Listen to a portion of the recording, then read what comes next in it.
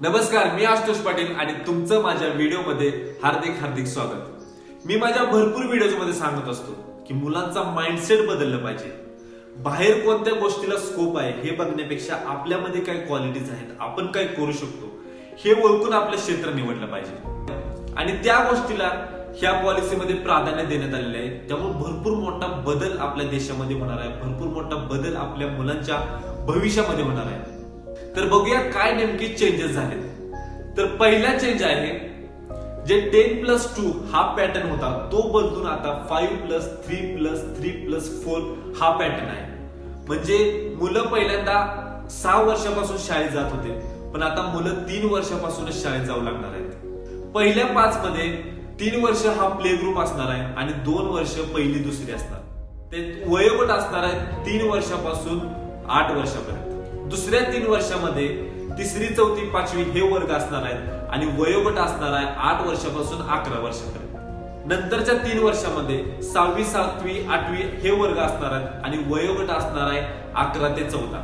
आणि शेवटच्या 4 वर्षामध्ये 9वी, 10वी, 11वी, 12वी हे वर्ग असणार आहेत आणि वयोगट असणार आहे 14 ते 18। आणि 10वी आणि 12वीच्या परीक्षांना कमी प्राधान्य देण्यात आलेलं आहे, त्या मार्काचा कुठे जास्त उपयोग होणार नाही। आणि 12वी झाल्यानंतर ज्या क्षेत्रात आपल्याला जायचं आहे, जी डिग्री आपल्याला घ्यायची आहे, त्या क्षेत्राची एंट्रन्स एक्झाम ही वेगळी असणार आहे। त्याच्यावरती अजून क्लिअर स्टेटमेंट आलं नाही, पण असं सांगण्यात येतं की प्रत्येक क्षेत्राचे प्रत्येक एंट्रन्स एक्झाम असणार आहे, त्या एंट्रन्स एक्झामद्वारे तिथे ऍडमिशन घेता येणार आहे। आणि जेव्हा ग्रॅज्युएशनला जातो तेव्हा 4 वर्षाची डिग्री असणार आहे। आधी कसं होत होतं, समजा काय कारणामुळे, आर्थिक कारणामुळे किंवा बाकीच्या कारणामुळे जर ग्रॅज्युएशन मधूनच सोडावे लागत असेल तर जे वर्ष शिकलो आहोत ते वर्ष वाया जात होते। पण आता तसं होणार नाही। आता जर तुम्ही 1 वर्ष जरी डिग्री केली त्याच्यामध्ये तुम्हाला सर्टिफिकेट भेटेल, त्या सर्टिफिकेटद्वारे तुम्ही कुठे जॉब करू शकता, बिझनेस करू शकता, किंवा नंतर जर तुम्हाला 2-3 वर्षानंतर वाटले की मला परत शिकायचं आहे तर तुम्ही परत देखील शिक्षण चालू करू शकता। जर तुम्ही 2 वर्षाची डिग्री केली तर तुम्हाला डिप्लोमाचं सर्टिफिकेट भेटेल, त्याच्या थ्रू तुम्ही जॉब करू शकता आणि नंतर शिक्षण देखील कंटिन्यू करू शकता। जर तुम्ही 3 वर्षाची डिग्री केली त्याच्यामध्ये तुम्हाला बॅचलर्स डिग्री मिळेल आणि जर तुम्ही 4 वर्षाची डिग्री केली तर तुम्हाला बॅचलर्स रिसर्च डिग्री मिळेल। दुसरा पॉइंट आहे आर्ट्स, कॉमर्स, सायन्स हे डिपार्टमेंट आता वेगळे नसणार आहेत, हे डिपार्टमेंट आता एकच असणार आहे।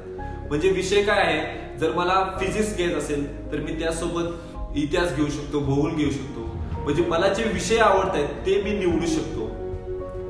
तिसरा पॉइंट आहे, आधी कसं असायचं, जी विद्यार्थ्यांची प्रगती आहे, जो प्रोग्रेस आहे, त्याचे मार्क्स शिक्षकांच्या हातात असायचे, पण आता तसं नाही। विद्यार्थ्याला स्वतःचं ऑब्झर्वेशन करून, स्वतःचं परीक्षण करून तो कुठे कमी पडतोय, काय करायला पाहिजे ह्याच्याद्वारे तो स्वतःला मार्क्स देऊ शकतो। आणि त्याचबरोबर त्याच्या मित्राला सुद्धा प्राधान्य देण्यात आलेलं आहे, त्याचे मित्र सुद्धा त्याचं ऑब्झर्वेशन करून त्याला मार्क्स देऊ शकतात। आणि आपल्याला माहिती आहे मित्रापेक्षा आपल्याला चांगलं कोणच ओळखू शकत नाही, मित्रच आपल्याला चांगले ओळखत असतात। तर हा पॉइंट नक्कीच चांगला आहे। चौथा पॉइंट आहे, आता 6वी पासूनच बिझनेस ट्रेनिंग देण्यात येणार आहे। म्हणजे जे वेगवेगळे क्षेत्र आहेत, वेगवेगळे फील्ड आहेत, त्यात कार्पेंट्री असेल, पेंटिंग असेल, कोडिंग असेल, हे क्षेत्रातलं प्रॅक्टिकल नॉलेज मुलांना देण्यात येणार आहे। ते त्याच्यात ट्रेनिंग घेऊ शकतात, ते त्याच्यात इंटर्नशिप करू शकतात, त्याच्यामुळे प्रॅक्टिकल नॉलेज मुलांना भेटणार आहे। आणि ज्यात एक चांगला बदल काय होणार आहे माहितीये का, मुलांना वेगवेगळे क्षेत्र ट्राय करायला भेटणार आहे। म्हणजे मुलगा पहिल्यांदा कोडिंग मध्ये जाऊ शकतो, तो तिथे बघू शकतो त्याला तिथे जमतंय का, त्याला इंटरेस्ट आहे का, ते जर जमत नसले तर तो दुसरे क्षेत्र निवडू शकतो। त्यामुळे हा चांगला चान्स विद्यार्थ्यांना भेटणार आहे आणि हे खूप महत्वाचं आहे। आपलं आवडतं काम आपल्याला भेटणं ह्याच्यापेक्षा चांगलं काहीच असू शकत नाही। आता आमच्या सिच्युएशनला कसं होतंय, आम्हाला वाटतं की आम्हाला इंजिनिअरिंग मध्ये इंटरेस्ट असेल, आम्ही इंजिनिअरिंगला ऍडमिशन घेतो आणि तिथे गेल्यानंतर आम्हाला कळतं की आपलं हे क्षेत्र नव्हतं किंवा आपल्याला ह्याच्यात आवड नाही, पण आपल्याकडे चान्स नसतो, आपल्याकडे चान्स नव्हता की आपण दुसरीकडे ऍडमिशन घेऊ। जर घ्यायचं म्हटलं तर भरपूर मोठं नुकसान होत होतं, तो आता चांगला चान्स विद्यार्थ्यांना मिळणार आहे। त्यामुळे हा पॉइंट खूप चांगला आहे। आणि 12वी पर्यंत असं शिक्षण भेटणार आहे की मुलाने जर डिग्री नाही केली तरी सुद्धा त्याला चांगला जॉब भेटू शकतो, तो चांगला बिझनेस करू शकतो। म्हणजे डिग्री करावीच लागेल असं नसणार आहे, त्याला एवढं चांगलं प्रशिक्षण 12वी पर्यंत भेटणार आहे, तो त्याच्याद्वारे त्याचा स्वतःचा व्यवसाय करू शकतो किंवा चांगला जॉब देखील करू शकतो। हेच बाहेरच्या देशात चालू आहे। बाहेरच्या देशात ग्रॅज्युएशन करणारे लोक कमी आहेत, पण त्यांच्याकडे स्किल आहे, त्या स्किलद्वारे ते चांगला जॉब करतात, चांगला बिझनेस करतात। जे व्यावहारिक जीवनात जे स्किल्स लागतात ते स्किल्स शिकवण्याचा प्रयत्न आता होणार आहे. टॉप 100 फॉरेन कॉलेजला इंडियामध्ये कॅम्पस घेण्यासाठी परवानगी दिली आहे. ह्याचा देखील भरपूर फायदा होऊ शकतो. आपले विद्यार्थी बाहेर देखील शिकण्यासाठी जाऊ शकतात. 5वा पॉइंट आहे, आता रट्टामार सिस्टीम बंद होणार आहे. म्हणजे पाठांतर करायचं आणि परत परीक्षेत लिहायचं हे बंद होणार आहे. कारण आपण काय करतो, आदल्या दिवशी पाठ करतो, दुसऱ्या दिवशी पेपरमध्ये लिहितो आणि तिसऱ्या दिवशी विसरून जातो. त्याचा काहीच उपयोग होत नाही, त्याचा भविष्यात काहीच उपयोग होत नाही. आता परीक्षेत प्रश्न देखील असे असणार आहेत की मुलाला त्याच्यावर विचार करावा लागणार आहे. विद्यार्थिनीला त्याच्यावर विचार करावा लागणार आहे आणि त्याच्याद्वारे त्याला उत्तर द्यावे लागणार आहेत. म्हणजे एनडीए युपीएससी मध्ये जसे प्रश्न असतात त्या लेवलचे प्रश्न, त्या टाईपचे प्रश्न आता असणार आहेत. 6वा पॉइंट आहे, आता सर्व खासगी शाळा आणि सरकारी शाळा एका दर्जाच्या असणार आहेत. आधी कसं व्हायचं, सरकारी शाळांना कमी समजलं जायचं, खासगी शाळांना चांगलं समजलं जायचं. पण आता सरकारी शाळेमध्ये चांगलं प्रशिक्षण भेटणार, चांगला दर्जा असणार, त्यामुळे शक्यतो खासगी शाळेमध्ये कोण पालक त्यांची मुलं घालणार नाही. सरकार आता पूर्ण जीडीपी मधून 6% जीडीपी हा शिक्षणासाठी खर्च करणार आहे. आधी तो 3% केला जात होता, पण आता तो 6% वर नेला आहे. त्यामुळे हा देखील चांगला फायदा शिक्षणासाठी होणार आहे. आणि जे सीबीएसई, स्टेट बोर्ड हे वेगवेगळे जे पॅटर्न होते ते आता एकच पॅटर्न असणार आहे, एकच स्टँडर्ड पॅटर्न असणार आहे. 7वा पॉइंट आहे, ह्या पॉइंटवर भरपूर वाद चालू आहे, त्याच्यावर भरपूर टीका होत आहे. पॉइंट असा आहे की 5वी पर्यंत मातृभाषेतच कंपल्सरी शिक्षण घ्यायचं. म्हणजे जी आपली स्टेटची भाषा आहे त्या भाषेतच शिक्षण घ्यायचं असा नियम आहे. असा क्लिअर स्टेटमेंट दिलेला नाही, पण ह्याच्यावर भरपूर वाद चालू आहे. पण मला असं वैयक्तिक वाटतं की मातृभाषेत शिक्षण घेणं हे कंपल्सरी नसावं. कारण समजा एखादा विद्यार्थी, भरपूर लोक बाहेर जॉब करत असतात, त्यांची मुलं बाहेरच्या राज्यात असतात, त्यांना जर समजा त्यांचं ट्रान्सफर झालं आणि दुसऱ्या राज्यामध्ये यायचं असलं आणि त्या मुलाचं शिक्षण तिथं 2री 3री पर्यंत झालं असतं आणि इथं जर तो 4थीला आला तर त्याचं कसं होणार, त्यांच्या शिक्षणाचं नुकसान होऊ शकतं.